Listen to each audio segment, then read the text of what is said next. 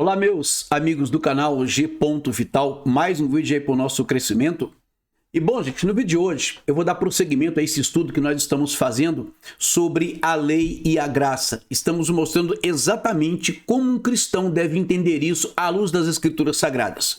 O que eu queria que você compreendesse é que você que está chegando aqui pela primeira vez, é que nós estamos colocando esse estudo, mas para explicar, está dentro de um contexto que a gente vem aqui desenvolvendo sobre hoje a gente está vivendo um momento político espiritual aonde está sendo restabelecido uma nova ordem, está sendo implantada uma nova ordem para se restabelecer uma sociedade teocrática. Então, eu tenho aqui algumas playlists que eu mostro isso. Estão nos levando de volta para o regime da lei, porque eu quero que você aqui, se possível, assista 3 playlists que eu tenho aqui. Uma é sobre a teologia do domínio, a outra é sobre o noeísmo e a outra sobre o ressurgimento de Roma. Mas também é bom você olhar a minha playlist chamada O Ocultismo na Política. Eu mostro que eles estão estabelecendo uma nova ordem e estão criando. Os judeus, obviamente, vão continuar seguindo a lei de Moisés e quem não é judeu vai ser estabelecido aqui no Ocidente, o que eles chamam de noeísmo, as 7 leis de Noé. Consequentemente, é necessário que se diminua cada vez mais aquelas ideias cristocêntricas apontadas pelo Novo Testamento. Inclusive, hoje quase não se fala mais disso. As pessoas ainda falam de Jesus, mas vê-se claramente que não se compreende mais o que Paulo quis dizer com a plenitude dos tempos, a plenitude de Cristo. Esses temas se esgotaram. Falar de redenção, de expiação, remissão, adoção, justificação, isso nem se nomeia mais na igreja. Então, dentro desse cenário político espiritual, eu trouxe esse tema aqui para que você que é cristão e tem interesse na Bíblia compreenda a importância de se entender o que é a plenitude de Cristo dentro da teologia do Novo Testamento. Então vamos lá, gente, porque há muito engano por falta disso. E eu queria começar o vídeo de hoje falando mostrando 2 perguntas que o apóstolo Paulo faz. Então vamos lá. Primeiro, o tema do nosso tema é o tema 3 do nosso assunto de hoje. Tema 3, por que foi dada uma lei se ninguém conseguiu cumprir? Então volte lá no tema 1 e 2, que isso aqui é uma sequência. E aí eu vou frisar de novo. O Novo Testamento faz uma clara e reiterada separação entre os que são da fé e os que são da lei. Quais são as 2 perguntas que eu vou dar base aqui para o nosso estudo de hoje? A primeira pergunta é, Paulo diz, qual, pois, a razão de ser da lei? Veja que ele fala isso no versículo 19 do capítulo 3. Então ele já vem desenvolvendo um raciocínio, mas num dado momento ele pergunta, então, qual a razão de ser da lei? Ou seja, a própria pergunta nos dá a entender que Paulo está desenvolvendo um assunto e que parece, então, que não há razão de existir a lei. Por que foi dada a lei, então? O que Paulo está dizendo que, de repente, parece que... Qual a importância da lei, então? Porque ele vai falar qual a razão, então? Qual a razão de ser da lei? Então, o que Paulo vai falar antes que parece que ele já está fazendo uma pergunta retórica em que ele imagina que os seus ouvintes irão chegar a essa conclusão. Ué, mas isso aí é verdade, Paulo? Então, qual a razão de ser da lei? Porque parece que não ficou claro, então, Então, ou parece que o pensamento dele está anulando a própria razão de ser da lei. Então, qual a razão de ser da lei? A segunda pergunta que Paulo coloca aqui para nós, que eu quero que seja a base do nosso estudo, é que Paulo fala assim no capítulo, já em Romanos, capítulo 7, versículo 1, Paulo fala, porventura ignorais, irmãos, pois falo aos que conhecem a lei. Paulo está falando para os que servem a lei. Paulo fala que a lei tem domínio sobre o homem em toda a sua vida. Paulo está perguntando, a lei tem domínio sobre o homem em toda a sua vida? Ou será que foi só por um período?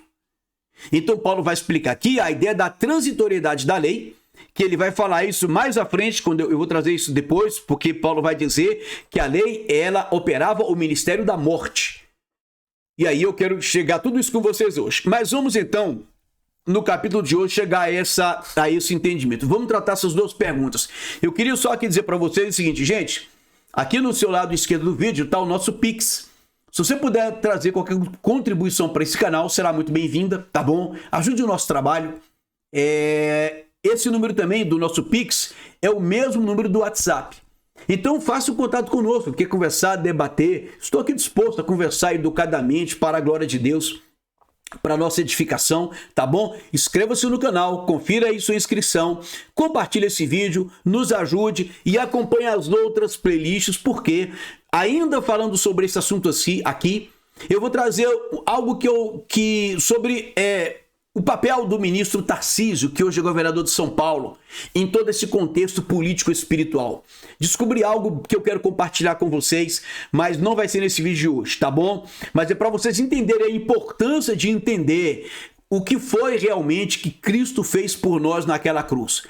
Não é simplesmente dizer, ele morreu na cruz para perdoar os meus pecados. Mas quais são as implicações disso dentro de uma teologia que hoje está sendo totalmente implodida, né? Mesmo que as pessoas falem de Jesus Cristo. Então vamos lá, vamos seguir aqui com o nosso estudo e ganhar tempo aqui.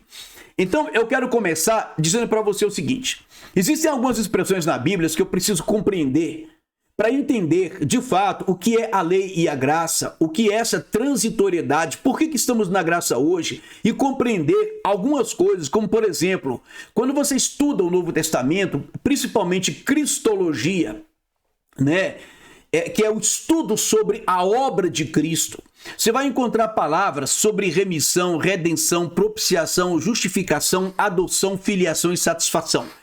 Se eu não entendo esses termos, né, eu não vou entender por completo o que Cristo fez. E fica aquela coisa básica, não, eu estou na graça, mas eu vou cumprir algumas coisas da lei porque a Bíblia manda, ou vou fazer as minhas campanhas porque se eu fizer Deus me ouve, porque Deus quer isso e aquilo de mim, aquela coisa meio assim, solta. Então vamos entender aqui uma coisa. Eu quero frisar com vocês aqui hoje o que significa para o nosso estudo de hoje. Primeiro, é importante saber o que é justificação. E mais na frente eu preciso falar sobre satisfação. Mas vamos entender o que é justificação. Então, olha só, gente, para entendermos isso aqui e compreendermos melhor a ideia de lei e graça, vamos entender aqui o seguinte: o que é justificação? Vamos compreender que o apóstolo Paulo, em toda a sua doutrina, não somente ele, mas como ele foi o que mais escreveu sobre isso, eu vou falar sobre ele aqui. Paulo vai usar uma palavra chamada justificação. Ele vai dizer que nós somos justificados. Ele vai nos chamar de justos muitas outras vezes. Mas o que ele quer dizer? Paulo está usando aqui uma linguagem jurídica. Então vamos tentar contextualizar o que Paulo está dizendo. Paulo quer dizer o seguinte: ele está usando uma linguagem jurídica. E ele está falando por analogia o seguinte: nós transgredimos a lei o tempo todo. Mas quando a lei foi dada, Deus já sabia que a lei ia ser transgredida. E eu vou mostrar para vocês no segundo vídeo dessa parte 3. Veja bem, não é o tema 4, é dentro do tema 3. Por que Deus deu uma lei? Se ninguém conseguiu cumprir, ninguém iria cumprir. Deus sabia disso. Então, eu vou colocar a segunda parte, onde eu vou mostrar que Moisés, quando ele entrega a lei para o povo, lá na frente ele vai dizer: vocês não vão cumprir a lei, vocês vão quebrar a aliança com Deus. O próprio Moisés já antecipa isso. Então por que Deus deu uma lei se ninguém ia cumprir? E próprio Moisés falou isso. Aí eu vou te mostrar algumas questões que aconteceram ali no Monte Sinai e que eram sombras, que mostram que com o Espírito, que no ministério da graça, a lei do Espírito, vai acontecer exatamente o oposto do que aconteceu no Monte Sinai. Mas isso é para o próximo vídeo, dentro ainda do tema 3. Então vamos lá. Então, quando nós transgredimos uma lei, nós somos o quê? Criminosos. Todo criminoso é aquele que transgride uma lei que está estabelecida. Então, esse é o raciocínio de Paulo. Então, o que acontece? Se foi dada uma lei e essa lei foi transgredida, não importa se foi um ponto ou se foram todos, quem transgride um ponto é um criminoso. Então, segundo a lei, por exemplo, você fala assim: graças a Deus eu não sou nenhum latrocínio, eu não sou nenhum traficante, mas se você, por exemplo, comete um estelionato, para a lei, você é criminoso da mesma forma, mesmo que o seu crime tenha um potencial menor. mas você é da mesma forma criminoso. Esse é o entendimento da lei de Moisés. Tanto faz você adulterar, você matar, como você transgredir qualquer outro mandamento da lei cerimonial, é uma transgressão. Por isso que não se podia oferecer a Deus um animal que estivesse fora dos padrões que a lei estabelecia. Você não podia levar um alimento, o próprio sacerdote ele não poderia comer um alimento, uma parte de um sacrifício, por exemplo, se a lei não previsse que ele pudesse comer. Então, quando a gente quer estabelecer que a lei moral prevalece, devemos entender que a lei era toda a lei. E quem transgredisse um mandamento era culpado de todos. E isso é reforçado no Novo Testamento. Portanto, ninguém será justificado pelas obras da lei. E quem quiser viver da lei tem que cumprir todos os mandamentos. Paulo diz isso, Tiago diz isso e por aí vai. Então vamos seguir aqui o raciocínio. Aquele que transgride qualquer mandamento é um infrator da lei, é um criminoso na nossa linguagem. O que é que Paulo vai dizer? Quem comete um crime, passou por um processo, foi acusado, confirmou-se o crime, ele agora é um réu e, passado o processo, ele se torna um condenado da lei. Então, quem é condenado tem que pagar uma pena. Só que a pena para um pecado espiritual, porque nós transgredimos o tempo todo, porque somos pecadores, qual é a pena? Estamos falando de questões espirituais, a condenação eterna. Então, entra a obra de Cristo. Em todo esse processo jurídico espiritual, estamos num tribunal espiritual, aqui é uma figura de linguagem, então agora Jesus vem como o advogado. Além de advogado, ele vai te defender perante Deus, mas ele vai tirar a sua capa de advogado, vai sentar no seu banco dos réus, no seu lugar, e vai cumprir aquela pena, aquela condenação que era para você. Qual é a condenação que, segundo a lei romana, era prevista? A cruz. Então Cristo ele vem e se coloca no lugar do pecador. Além de defendê-lo, de seu paracleto, de seu advogado, ele vai ser também aquele que vai cumprir a pena no nosso lugar. O sacrifício vicário em substituição a mim e a você. Então o que acontece? Tudo isso, Paulo vai usar essa linguagem para dizer o seguinte, olha, se alguém pagou essa pena no meu lugar, eu fui justificado, eu me tornei justo, eu não sou mais um criminoso, eu não sou mais um devedor, porque alguém pagou essa pena no meu lugar. Então, ali houve uma justificação, é um termo jurídico.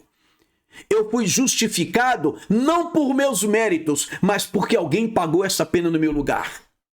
De forma que isso vai implicar em outras questões importantes para a gente entender. Entender o seguinte, qual era o papel da lei? Me acusar. A gente pensa assim, é aí que está a falta da compreensão. A gente fala assim, não, mas a lei veio para que eu obedecesse para agradar a Deus. Só que a lei sabia, a própria lei prevê, o próprio Moisés disse que ninguém cumpriria. Porque a lei era um corpo jurídico. A lei era um corpo doutrinário, um corpo que continha vários mandamentos. Alguém aí depois chamou de lei moral os 10 mandamentos, mas toda a lei, a Bíblia vai deixar isso claro em todo o Antigo Testamento e no Novo Testamento. Então, nós descumprimos a lei. Por quê? Porque havia algo em nós chamado pecado. Uma natureza pecaminosa. Então, a lei foi dada justamente, e eu vou ler isso aqui com você hoje, a lei foi dada para realçar o pecado, para mostrar que nós não conseguimos amar a Deus, por isso vamos descumprir. Então, o problema não está em descumprir, o problema está na origem do descumprir, que é o quê? O pecado, a natureza pecaminosa. Então, a lei não veio para tentar fazer você ser uma pessoa que ame a Deus. A lei veio para revelar que você não consegue cumprir os mandamentos porque você não tem amor. E não tem amor porque existe o pecado, que é um abismo que te separa de Deus. E você precisava de uma ponte para chegar a Deus. Essa ponte é Jesus Cristo. Mas para que eu compreendesse tudo isso, Deus me deu um corpo legislativo. Deus me deu ali uma legislação, né, que me mostrou o quanto aquela legislação era complexa, porque o pecado é complexo e porque Deus é extremamente santo. Então, o homem, ainda que ele ame a Deus, ele não vai conseguir cumprir a lei. Então Deus vai resumir dizendo, olha, eu só quero que vocês me amem. Mas para que vocês consigam me amar, vocês precisam nascer de novo, ser novas criaturas e viver em novidade de vida. E por isso eu vou lançar sobre vocês uma nova aliança. Aliança feita no sangue de Cristo. E aí vai entrar toda a obra que Cristo vai realizar. E aí eu precisaria compreender o que é justificação, satisfação, remissão e tal, mas eu quero ficar hoje na justificação. Então, esse amor de Deus, ele foi demonstrado quando o Filho dele vem, me defende e, além disso, morre no meu lugar. E aí, eu agora já... Então, quando Cristo morre no meu lugar, significa que ele fez uma troca comigo. Aonde ele pega a minha morte para ele, porque aquela morte era para mim, aquela condenação era para mim, era para você. Ele assume a minha morte e, em troca, ele me entrega a vida que ele tinha junto com o Pai. E eu passo a compartilhar da vida dele, porque eu morri com ele naquela cruz, porque aquela morte era minha. Então eu aceito essa morte, eu participo dessa morte quando eu digo, eu não quero mais viver para o mundo. Então, aquela lei que me condenava, Paulo vai dizer, aquela lei que me condenava é como se fosse um escrito de dívida, que dizia, você não consegue viver sem... Você não consegue cumprir os mandamentos, você tem sempre vontade de matar, de roubar, de adulterar, disso, daquilo, você não faz nada certo. Por quê? Porque você é um pecador. Mas Paulo disse que esse escrito de dívida foi cravado na cruz junto com Jesus. Então eu passo a viver agora uma vida nova em Cristo, uma vida com Deus em Cristo. Porque Cristo, ele assumiu a minha morte. E em troca me devolveu, me trouxe, né, uma vida nova na pessoa dele.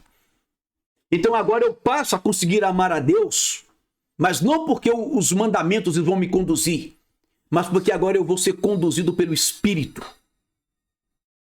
Então entenda, é uma nova fase, baseada num outro regime. E Paulo vai explicar isso aqui. Então Paulo vai comparar a minha vida diante da lei com uma mulher que era casada com a lei. Mas morrendo esse marido, né, porque ele morre na cruz, no caso, aquele que estava debaixo sob o regime da lei morre numa cruz. E agora eu não estou mais preso àquele regime que me prendia àquele marido. E eu vivo agora uma nova núpcias, um novo matrimônio dentro de uma nova aliança. Paulo vai dizer isso e eu vou ler isso aqui agora para vocês. Então vamos lá. Compreendendo que agora veja bem, gente, eu não sou justo por meus méritos. Eu sou justo porque eu fui justificado em Cristo, né? Ele cumpriu aquela pena no meu lugar e eu sou justo diante da lei na pessoa de Cristo. Eu tenho que estar escondido nele, como diz Paulo. Então vamos lá. Então Paulo, ele vai dizer o seguinte aqui para nós. Ele vai dizer, irmãos, mas eu quero ainda um dia estar com vocês satisfação, para a gente entender que coisa maravilhosa. Gálatas 3, Paulo fala assim, irmãos, falo como homem. Ainda que uma aliança seja meramente humana, no próximo capítulo aqui, irmãos, eu quero falar sobre a ideia da mulher casada ligada pela lei ao marido. Aqui Paulo vai fazer analogia com a lei, tá bom? Que fomos então, nós somos viúvos da lei, e agora somos marido, ou melhor, somos esposa, como igreja, esposa de Cristo. Tá bom? Então vamos lá. Irmãos, falo como homem. Gálatas 3. Ainda que uma aliança seja meramente humana, uma vez ratificada, ninguém a revoga ou lhe acrescenta alguma coisa. Então, quando uma aliança é ratificada, quando ela é confirmada, ninguém revoga. Aí você fala, então tá vendo a lei? Não, Paulo vai explicar. Ora, as promessas foram feitas a Abraão e ao seu descendente. Não diz e aos descendentes, como se falam de muitos, porém como de um só, e ao seu descendente, que é Cristo. Paulo afirma que o descendente a quem Deus fala com Abraão é o próprio Cristo, e ali foi feita uma promessa. E digo isto, uma aliança já anteriormente confirmada por Deus, a lei que veio 430 anos depois, não a pode abrogar, de forma a que venha desfazer a promessa. Então, observa bem aqui uma coisa. Paulo está dizendo aqui o seguinte: Deus fez uma promessa a Abraão. Agora compreenda, a promessa era que viria um descendente que tinha como sombra, como tipo, Isaac, porque Isaac é o filho da promessa, não é como Ismael, que foi um filho forçado ali, meio que um plano de Abraão, né? Forçado nesse sentido, um plano de Abraão e Sara para que tivesse um filho com a empregada Agar. Então, o filho da promessa era Isaac, que era um tipo, uma sombra de Cristo, que é o descendente de Abraão verdadeiro, porque Deus falou para Abraão: em ti, Abraão, serão benditas todas as nações da terra, todas as nações, através da promessa feita a Abraão. Abraão apenas creu pela fé. Aí Deus lá na frente vai separar um povo e vai dar a ele uma lei, mas aquela lei era para aquele povo. Por quê? Porque já havia uma promessa feita a Abraão, e Paulo está dizendo que uma aliança feita 430 anos depois, Paulo está falando do cativeiro egípcio, uma aliança que é feita depois não pode revogar a primeira. Então a primeira, a da promessa, é a aliança que vale para todas as nações da terra. Por isso que a Bíblia vai dizer que a aliança feita com Israel era para Israel. O próprio Moisés fala isso. A aliança não é para quem está antes de vocês. A aliança é para vocês que estão aqui hoje. Moisés fala isso. Então, quando Cristo vem, ele é o descendente. Nele se cumpre a promessa. Ele é o descendente a quem foi feita a promessa feita a Abraão. E como Abraão creu, isso chama-se fé, ele apenas creu no que Deus falou, não tinha aliança, não tinha lei, não tinha nada, ele apenas creu. O que acontece? Então começa-se pela fé e termina-se pela fé em Jesus Cristo. Comece com a promessa feita a Abraão e termine-se no cumprimento da promessa em Jesus Cristo. A aliança da lei em Moisés, ela está no meio, somente para Israel. Por quê? Porque a lei veio para revelar que até o povo escolhido era dominado pelo pecado. Que esse povo escolhido precisava da obra de Cristo. Então a lei veio como um instrumento pedagógico para mostrar que o homem é pecador, está separado de Deus, há um abismo que a lei revela. Há uma escravidão pelo pecado que a lei revela. E Paulo vai comparar isso lá na frente, que será um tema mais à frente um pouquinho. Paulo vai dizer que é por isso que a lei é comparada à escravização. A lei é um instrumento que escraviza no sentido de que a lei coloca cercas. A lei diz, pode, não pode, faz, não faça, porque o homem está escravizado, ele precisa de rédeas. E Sara representa a libertação, porque ela é a mulher livre, ela é a esposa. Então Paulo está dizendo, que nós em Cristo somos libertos do poder do pecado, então não precisamos mais de rédeas, de cercas. Nós somos conduzidos agora pelo Espírito. Pelo Espírito. Ainda que implicitamente alguém diga, então estou cumprindo a lei. Gente, você pode até falar isso, mas a Bíblia não quer te levar para o passado. A Bíblia quer te levar para frente. É justamente sobre a lei. É nesse contexto que Paulo vai dizer, estamos olhando para o alvo que é Cristo, não olhamos mais para as coisas que ficaram para trás, e sim prosseguimos para o alvo que é Cristo, não mais a lei. Porque quando a gente fala isso, indiretamente, daí a ideia de entender justificação e satisfação, fora os outros conceitos, porque parece que eu estou em Cristo, mas eu quero cumprir a lei. Eu estou em Cristo, mas quero obedecer os 10 mandamentos. A Bíblia em nenhum momento diz isso. A Bíblia diz que os mandamentos cumpriram a sua função, me entregaram para Cristo. Então, eu agora vivo a lei do amor, que é o tema da nossa live hoje, A lei da liberdade. Vamos lá, então, seguir aqui. Então, olha só o que o texto diz aqui para nós. Então, a lei que foi dada depois, ela não pode revogar uma lei que foi feita antes, que é o quê? Ela não vai desfazer a promessa.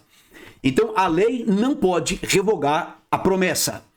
Porque se a herança provém da lei, já não decorre da promessa.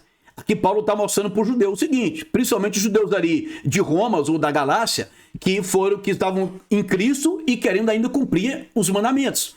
Paulo vai dizer, olha gente, se a herança, se vocês estão esperando a salvação, Cristo, e ainda acha que provém da lei, então não decorre da promessa, ou uma coisa ou outra. O que veio antes foi a promessa. A lei veio para revelar que vocês precisavam do descendente, ou seja, do cumprimento da promessa. Então, o livro de Gálatas é importante para entender isso. Se você quer voltar a praticar a lei, então Cristo morreu em vão. Aí vamos lá.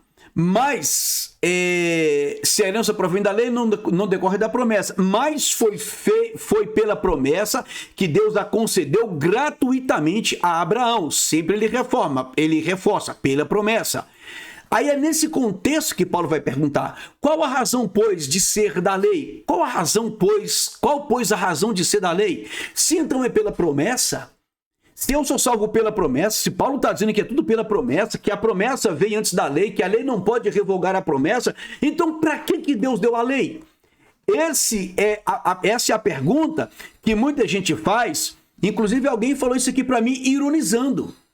Alguém me ironizou. Como se eu fosse um tolo que não conhecia essa palavra. Disse, então Deus errou, né? Ele deu a lei, o povo não cumpriu, aí ele teve um plano B que foi Jesus. Não foi plano B, não. Desde o princípio só teve um plano. Era revelar pela lei que o homem é miseravelmente pecador, incapaz de amar a Deus por causa da escravidão do pecado, e por isso ele precisava de um verdadeiro libertador. Mas ele só teve essa consciência porque a lei mostrou a sua incapacidade. É isso que a Bíblia diz, não é plano B e nem Deus errou e nada disso. O debate eu acho que tem que ser um pouco mais profundo, tem que ser teológico, bíblico. Então vamos lá. Então qual a razão, pois, de ser da lei?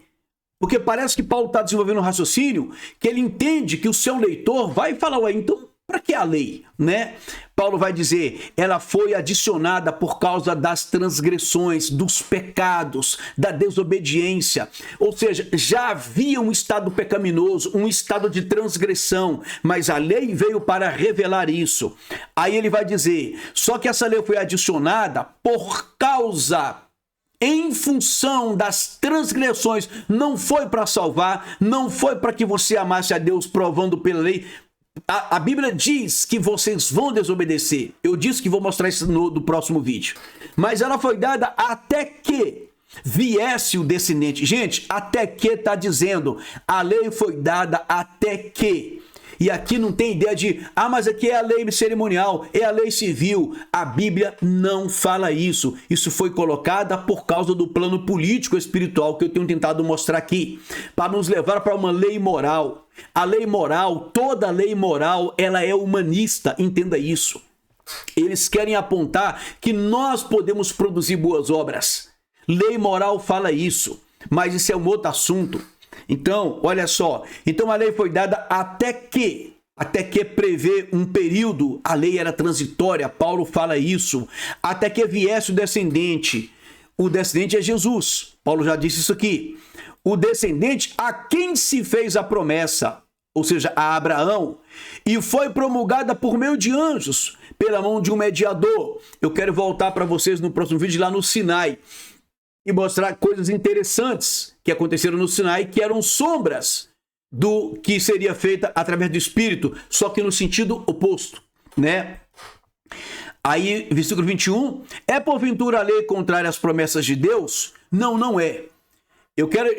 Gente, eu preparei uma playlist aqui para a gente estudar, eu vou mostrar todos os versículos que as pessoas colocam aqui para mim. Esse aqui é um exemplo. Como se o versículo estivesse confirmando que nós temos que ainda viver uma tal de lei moral. Mas o versículo, o contexto mostra justamente o oposto. Esse aqui é um dos versículos, que diz assim, é porventura a lei contrária às promessas? As pessoas adoram colocar esse versículo. Não, Paulo diz, não é contrária. E eu nunca disse que é contrária. Mas o problema, ela não é contrária, mas ela veio não para superar a promessa, porque ela não podia revogar a promessa. Ela veio para reforçar nesse contexto que somos pecadores. Então ela não é contrária às promessas. Ela veio reforçar as promessas dizendo, olha, foi feita uma promessa de um Salvador e nele seria bendita todas as nações da terra.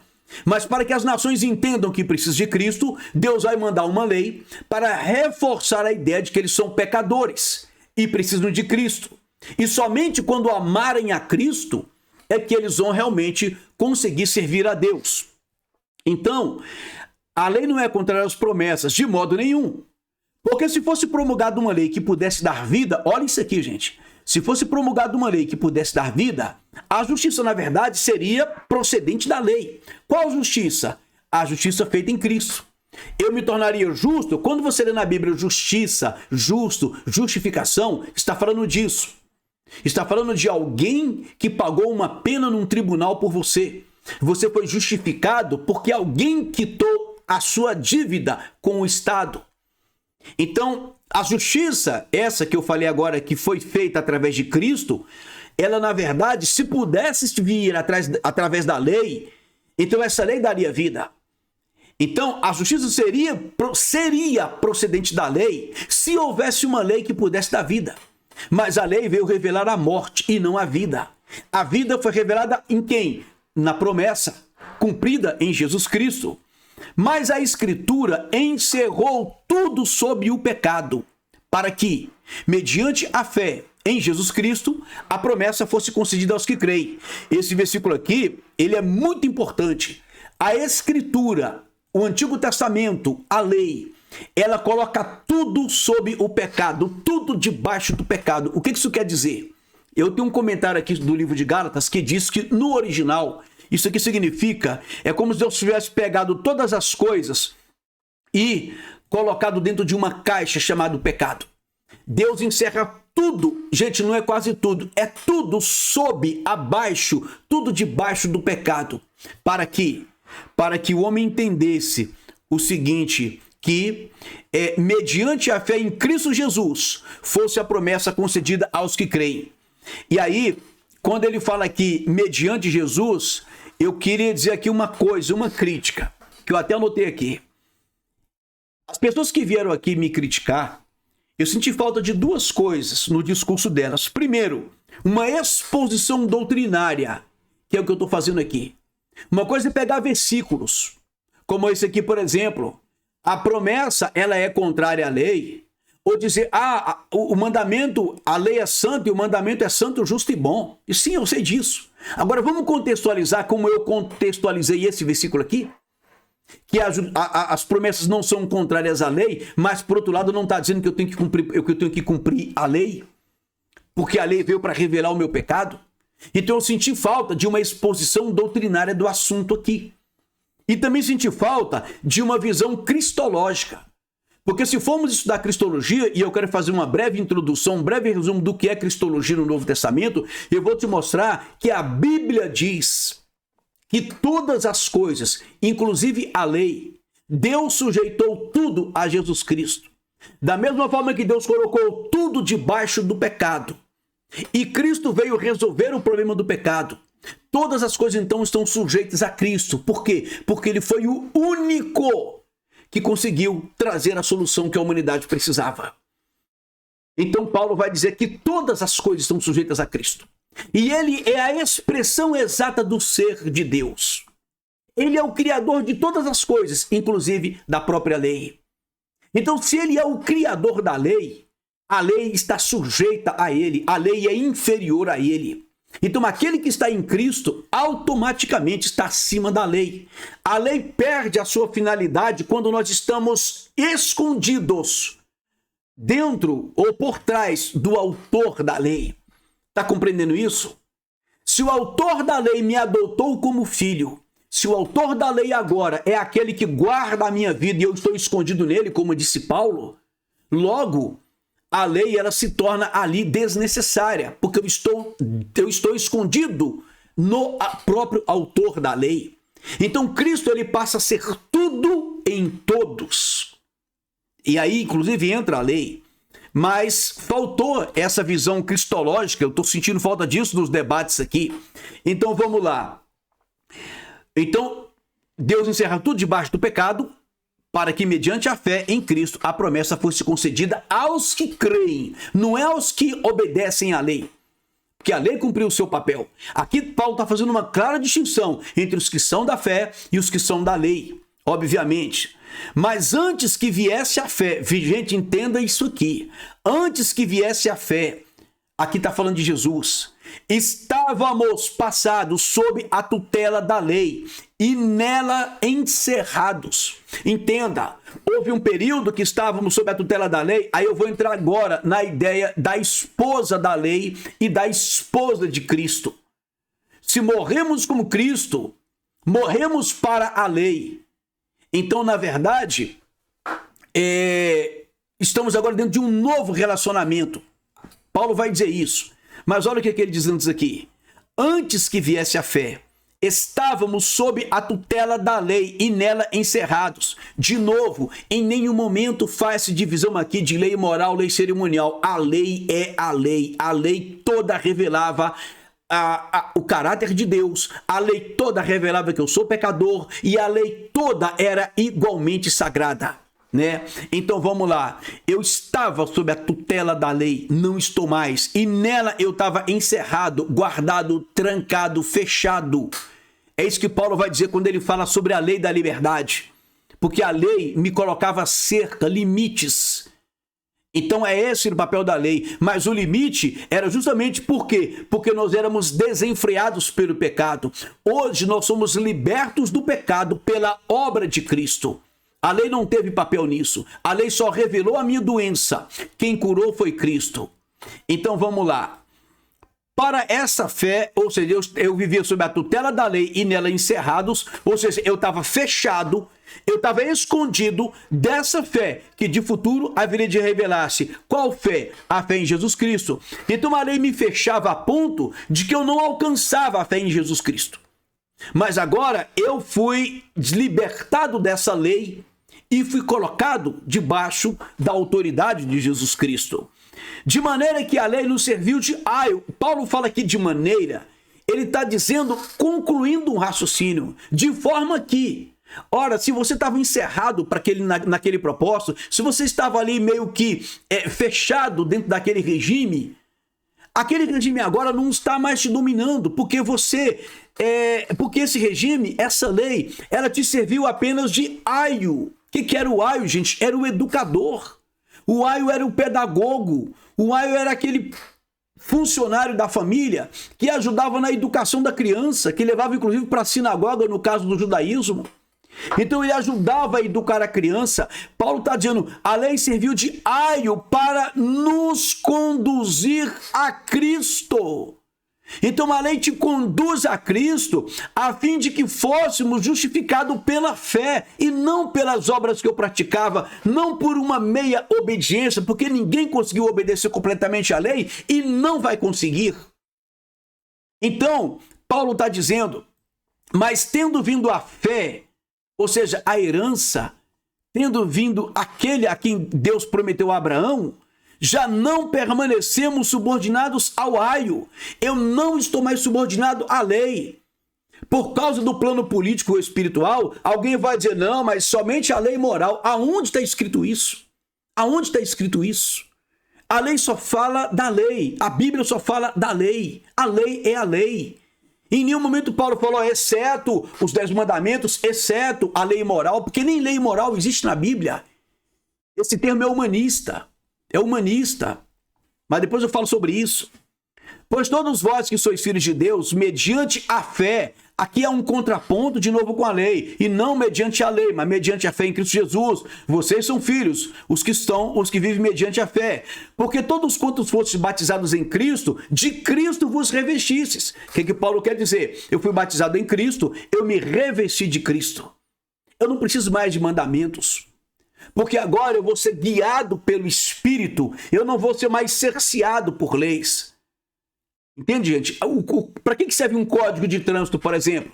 Para dizer, aqui anda 40, ali anda 60, ali vira à direita, ali cuidado com a ponte. Ali... Não, agora o Espírito me guia. Então vamos lá. De sorte que, olha só, veja como é sempre uma conclusão. De sorte que não pode haver nem judeu, nem grego, nem escravo, nem livre, nem homem, nem mulher, porque todos vós sois um em Cristo Jesus. E se vocês são de Cristo, se sois de Cristo, também sois descendentes de Abraão e herdeiros segundo a promessa. Veja, você é um herdeiro segundo algo que veio antes da lei, a promessa. A lei, ele explicou aqui qual era o seu objetivo. E ele vai explicar aqui de novo, Romanos capítulo 5.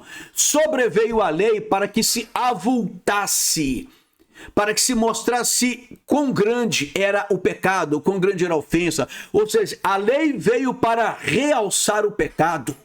Não foi para ser obedecida, porque Deus sabia que o homem não ia conseguir obedecer à lei, né? Isso está claro no Novo Testamento, no Antigo Testamento. Então a lei veio para que se avultasse o pecado, mas onde o pecado abundou, superabundou a graça. Porque se a lei mostrou o quanto nós somos pecadores, quanto mais pecado eu reconheço, mais eu entendo a intensidade da graça que me perdoa. É isso que Paulo quer dizer. E aí, claro que nós vamos nos tornar muito gratos a Deus pela obra que ele conseguiu fazer, que a lei era incapaz de fazer, até porque a lei não veio para fazer esse tipo de trabalho. Aí Paulo vai dizer, qual o objetivo de tudo isso? A fim de que, como o pecado reinou pela morte, e aqui Paulo está falando da lei, porque a lei vai ser chamada de ministério da morte, e o Espírito, o ministério da vida. Tá bom, gente? Isso aqui é importante. A lei é chamada de ministério da morte, é um dos temas nossos mais à frente. Então, a fim de que o propósito da lei era mostrar que como o pecado reinou pela morte, assim reinasse a graça pela justiça para a vida eterna, mediante Jesus Cristo nosso Senhor. A justiça aqui é justamente o fato de que nós não somos mais condenados, porque Jesus pagou o preço que era para que nós pagássemos. Aí Paulo vai usar uma figura de linguagem maravilhosa. Veja, gente, nós estávamos em Gálatas, passamos por Romanos 5. Agora, o que Paulo vai dizer em Romanos capítulo 7? Ele fala que a lei veio para que o pecado fosse realçado. Não é isso? Então ele vai dizer, porventura ignorais, irmãos, pois fala aos que conhecem a lei. Vocês ignoram que a lei tem domínio sobre o homem toda a sua vida? Vocês ignoram? Ele está fazendo uma pergunta. A lei tem domínio sobre o homem toda a sua vida? Ele vai explicar aqui. Ora, olha como é que ele usa uma figura de linguagem para a gente compreender. A mulher está ligada pela lei ao marido enquanto ele vive. A mulher está ligada pela lei ao marido enquanto ele vive. Mas se o mesmo morrer, desobrigada ficará da lei conjugal. Ora, se o marido morreu, a lei conjugal que regia o relacionamento, ela não tá mais, a mulher não está mais obrigada a essa lei. Essa lei se torna sem sentido para aquela mulher. Essa lei foi transitória, porque se o marido morreu, que lei conjugal vai valer para a vida dela se ela não tem mais marido? A lei deixou de existir? Pode servir para outros, uma lei conjugal. Mas uma vez que a mulher é viúva, a lei conjugal não serve mais para ela. Ela é viúva. De sorte que será considerada adúltera se, vivendo ainda o marido, unir-se a outro homem. Porém, se morre o marido, ela estará livre da lei e não será adúltera se contrair novas núpcias. Então, se ela está casada, ela está debaixo da lei conjugal, da lei do casamento. Se ela se une a outro homem, ela é adúltera. Mas se o marido morre, aquela lei não tem mais valor na vida dela, aquela lei não tem mais peso na vida dela. É o que Paulo está dizendo aqui. Assim, meus irmãos, também vocês morreram relativamente à lei. Está compreendendo? Vocês morreram relativamente à lei. Em relação à lei, vocês estão mortos. Assim como aquele marido daquela mulher que Paulo falou, morreu. Então, na verdade, aqui eu morro para a lei. Então, nas coisas em relação à lei, relativamente à lei, nós, irmãos, estamos mortos. E como que nós morremos? Como eu disse, na pessoa de Cristo. Porque se aquela morte da cruz era para mim, e ele morreu no meu lugar, então eu morri também na pessoa de Cristo. Eu morri para o mundo, eu morri para o pecado, eu morri para a lei, porque a lei veio para revelar o meu pecado. Olha a analogia de Paulo como é perfeita. Por meio do corpo de Cristo foi que nós morremos. Então havia uma lei que prevalecia, que regia a relação entre Deus e Israel. Eles estavam regidos num casamento, numa aliança. Mas acontece que Israel deveria ter aceitado Cristo, e os que aceitaram Cristo morreram para as coisas da lei quando morreram em Cristo naquela cruz. É isso que Paulo está dizendo. Por meio do corpo de Cristo, nós morremos. E aí Paulo diz, nós morremos para pertencerdes a outro, a saber, aquele que ressuscitou dos mortos, a fim de que frutifiquemos para Deus. Está compreendendo isso? Eu morri em Cristo. Então em Cristo eu estou numa nova aliança. Eu morri para as coisas relativas à lei. Eu não pertenço mais àquele marido. Eu sou a esposa de Cristo como igreja. Eu não pertenço mais àquele marido. É claro que isso aqui, o que Paulo disse lá no início? Eu estou falando, pois eu falo aos que conhecem a lei, aos que estão sob a lei. Isso aqui não é para gentio. Isso aqui não serve mais nem para o judeu, irmão, quanto mais para nós que somos gentios. Então Paulo está dizendo aqui, assim, nós morremos as coisas relativas à lei. Paulo disse, eu estou escrevendo para aqueles que conhecem a lei. E aí, nós pertencemos a outro. Eu, como igreja, agora sou esposa de Cristo. Eu morri para as coisas relativas à lei, a saber, aquele que ressuscitou dentre os mortos, a fim de que frutifiquemos para Deus. Porque quando vivíamos segundo a carne, a escravidão da carne, aos desejos da carne, do pecado, Paulo está dizendo, as paixões pecaminosas postas em realce pela lei, porque a lei veio para realçar o pecado, não foi isso que nós falamos? Então, quando eu vivia segundo esses desejos que a lei me realçou, que a lei me mostrou, as paixões pecaminosas postas em realce pela lei, operavam em nossos membros a fim de que frutificarem para a morte. Então, olha só, quando eu vivia as paixões pecaminosas, realçadas pela lei, operavam nos meus membros, no meu corpo, a fim de frutificar para a morte. Então a lei produziu morte no sentido de que a lei revelou apenas uma coisa, você está morto. A lei mostrou meu atestado de óbito espiritual. E aí, Paulo está dizendo, agora porém, veja que há um porém, há uma mudança. Há uma todavia, há um contudo, há um entretanto aqui. Agora, porém, libertados da lei, estamos mortos para aquilo que estávamos sujeitos. Percebe isso? Faz a analogia do marido e da mulher. Diz que agora eu estou livre da lei, porque agora somos esposa de Cristo. Estamos debaixo, como ele disse aqui, pertencemos a outro, né? E aqui não tem lei moral, é a lei, sempre é a lei. Agora eu sou liberto da lei, porque eu morri para as coisas relativas à lei. Estamos mortos para aquilo que estávamos sujeitos à lei, de modo que servimos em novidade de espírito e não na caducidade da letra. Ou seja, aquilo se caducou, se tornou envelhecido. Hebreus fala a mesma coisa. Que diremos, pois, é a lei pecado? Tá, esse é um dos versículos que sempre é colocado isoladamente. Não, Paulo não está dizendo que a lei é pecado. De forma nenhuma, ele diz de modo nenhum. Mas eu não teria conhecido o pecado, senão por intermédio da lei. Aqui veja que ele volta para os 10 mandamentos. Ele cita que os 10 mandamentos, a lei veio para mostrar o pecado. Inclusive os 10 mandamentos, gente, ele está citando aqui os 10 mandamentos, que todo mundo quer chamar de lei moral. Eu não conheceria o pecado, senão por intermédio da lei. Então a lei veio para me dar o conhecimento do pecado.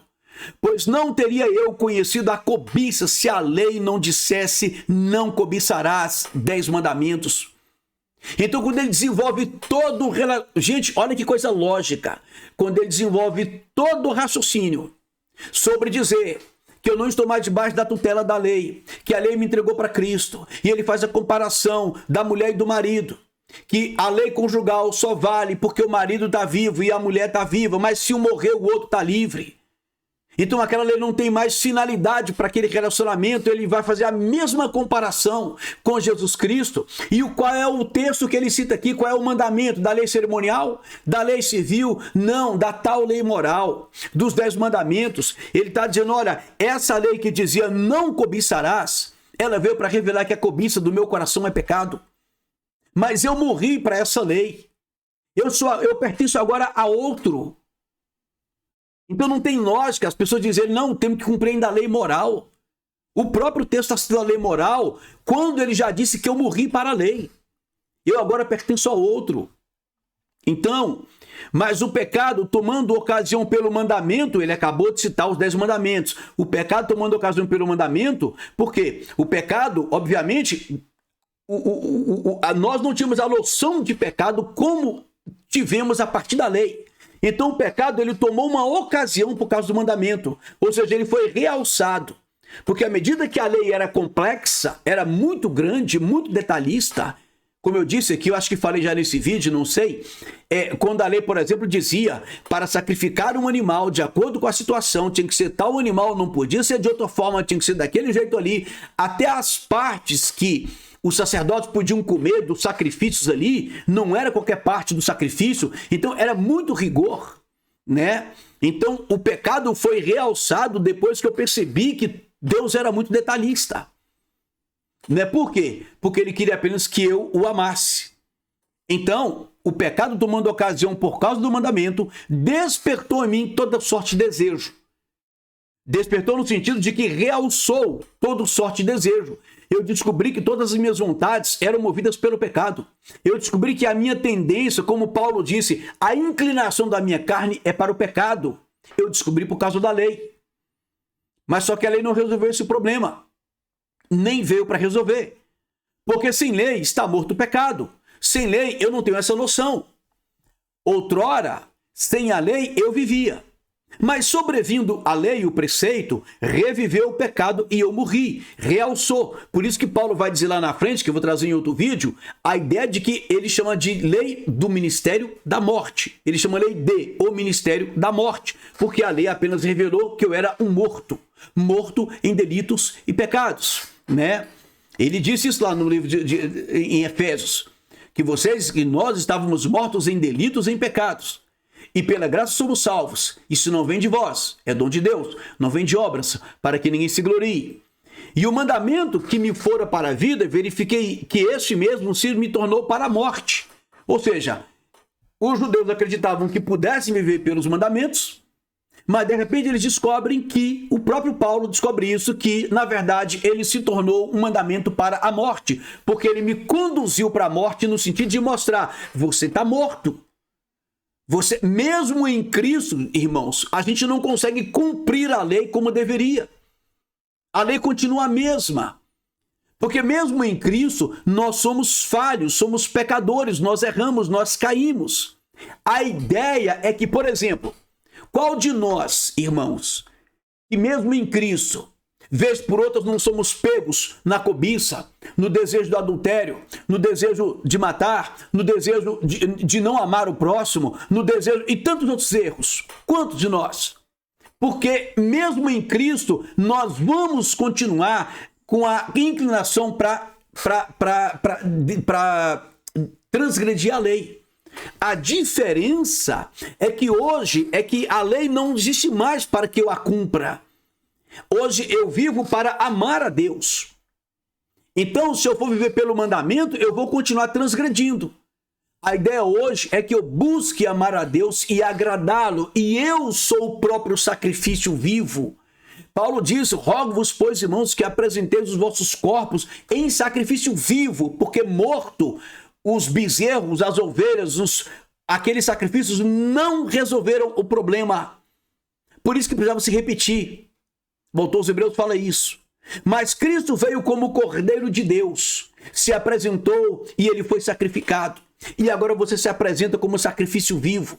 Apresenta o teu corpo, não é mais cumprir mandamentos. Você é o próprio mandamento, você é o próprio sacrifício. Rogo-vos, pois, irmãos, que apresenteis os vossos corpos em sacrifício vivo, santo e agradável a Deus, que é o vosso culto racional. Para que, olha só, é o vosso culto racional.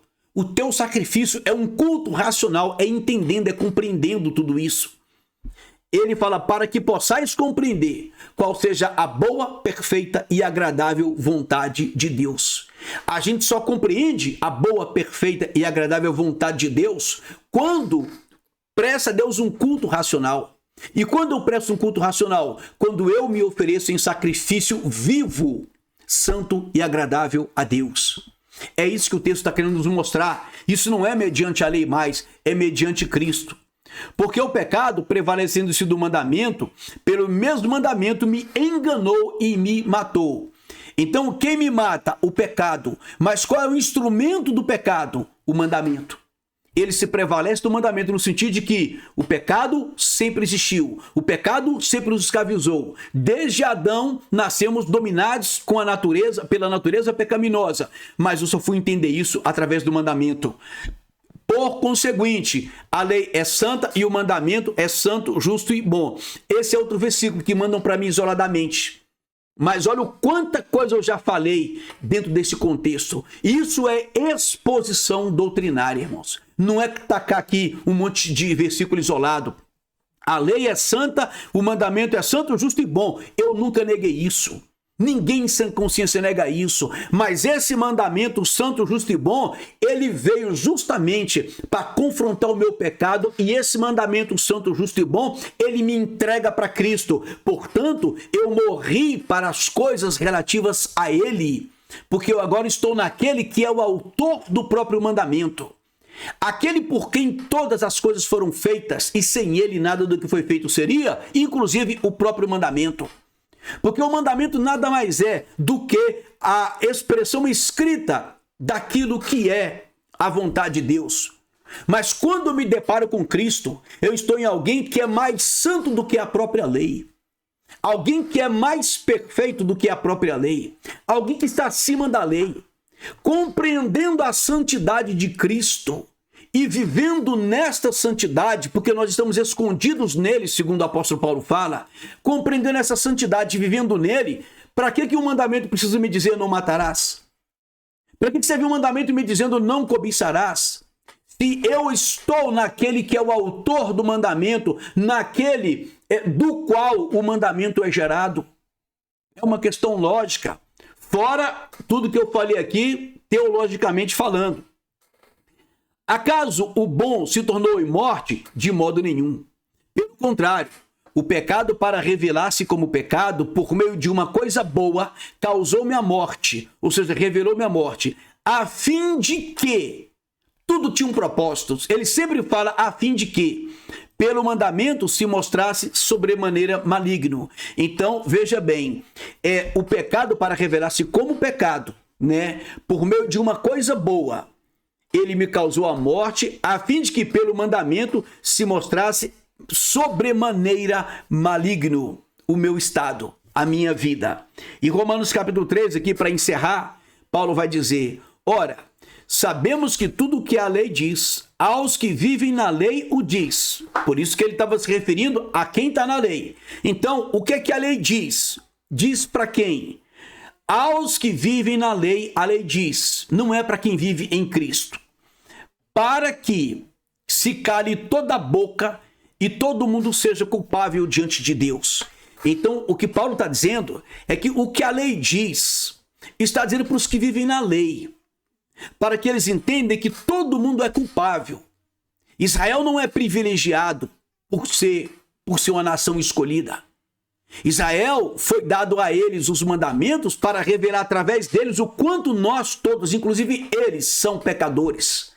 Israel vai quebrar essa aliança com Deus, a Bíblia vai dizer isso.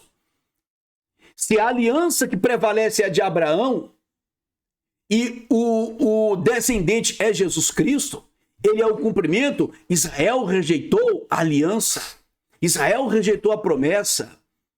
Esse é um grande ponto que o Novo Testamento toca. Israel rejeita a ideia de pecado como o Novo Testamento mostra. Até os judeus falam isso. Então, ou seja, eles rejeitaram totalmente o plano de Deus. Mas a Bíblia vai dizer que isso, ou seja, para os que vivem na lei, a lei veio para que se cale toda a boca, para que ninguém se exalte, para que ninguém se ache santo. Paulo vai desenvolver esse raciocínio. E todo mundo seja culpável diante de Deus. A ideia é, nós sentimos a nossa culpabilidade, somos culpados sim dos nossos pecados, da nossa miserabilidade, portanto aceitamos aquele, né, que veio para nos perdoar. Visto que ninguém será justificado dele pelas obras da lei. De novo, não há separação de lei moral, lei civil, lei cerimonial. E quando Paulo cita a lei, ele está citando justamente a lei moral. Eu vou mostrar isso depois em outros textos, né? Então, porque visto que ninguém será justificado diante dele pelas obras da lei. Em razão de quê? Por uma razão óbvia, Paulo está dizendo. Porque pela lei vem o pleno conhecimento do pecado. De novo, Paulo frisa, pela lei vem o pleno conhecimento do pecado. Esse é o propósito da lei, e só esse.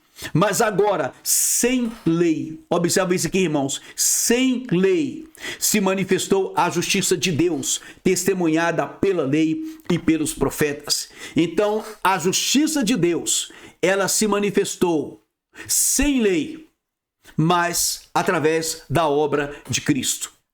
E ela foi testemunhada pela lei. Então veja que a lei é apenas uma testemunha. Essa é a razão pelo qual Jesus disse que a lei, ela vigorou. A lei e os profetas vigoraram até João. Então, teve gente que falou assim para mim, no original não está dizendo vigoraram. Não importa, o sentido do texto não muda em idioma, em língua, em tradução nenhuma. Nós agora não estamos mais sujeitos à lei porque nós morremos para as coisas relativas à lei, porque estamos naquele que é o autor da própria lei.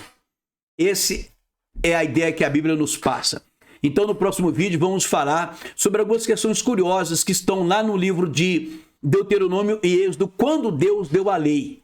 Você vai perceber que o ministério da lei, a forma como a lei foi dada é totalmente oposta e diferente à forma como o Espírito é dado. E Paulo vai fazer essa analogia e nos mostrar o que é o ministério da morte e o que é o ministério da lei. Ou melhor, o ministério da vida, o ministério da lei e o ministério do Espírito, o ministério da morte e o ministério da vida, como nós lemos aqui. Irmãos, espero que esse vídeo tenha sido útil, que Deus abençoe a todos.